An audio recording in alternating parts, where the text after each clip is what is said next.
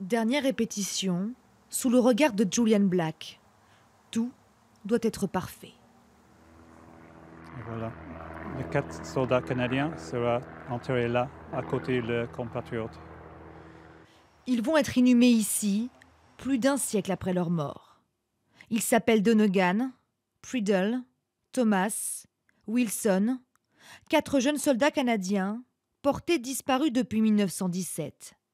Julian fait partie de l'équipe qui a découvert leurs dépouilles. Il a fallu des années pour les identifier. C'est des recherches très très longues au niveau scientifique et généalogique pour vraiment faire l'identité des soldats. Nous avons eu quelques indices, les boutons, les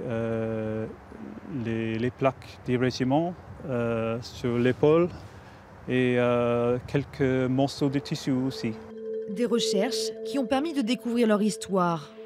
Les 4 hommes sont morts au combat lors de la bataille de la Côte 70.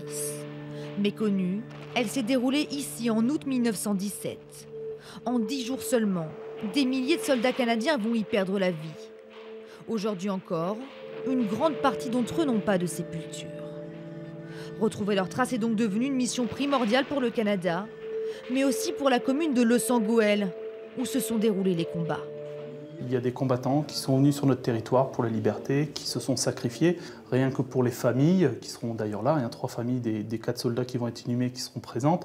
C'est important de reconnaître et de leur donner une sépulture décente. Une sépulture pour graver leur nom dans la pierre. Après des années passées dans l'oubli, ces 4 soldats vont faire leur entrée dans l'histoire.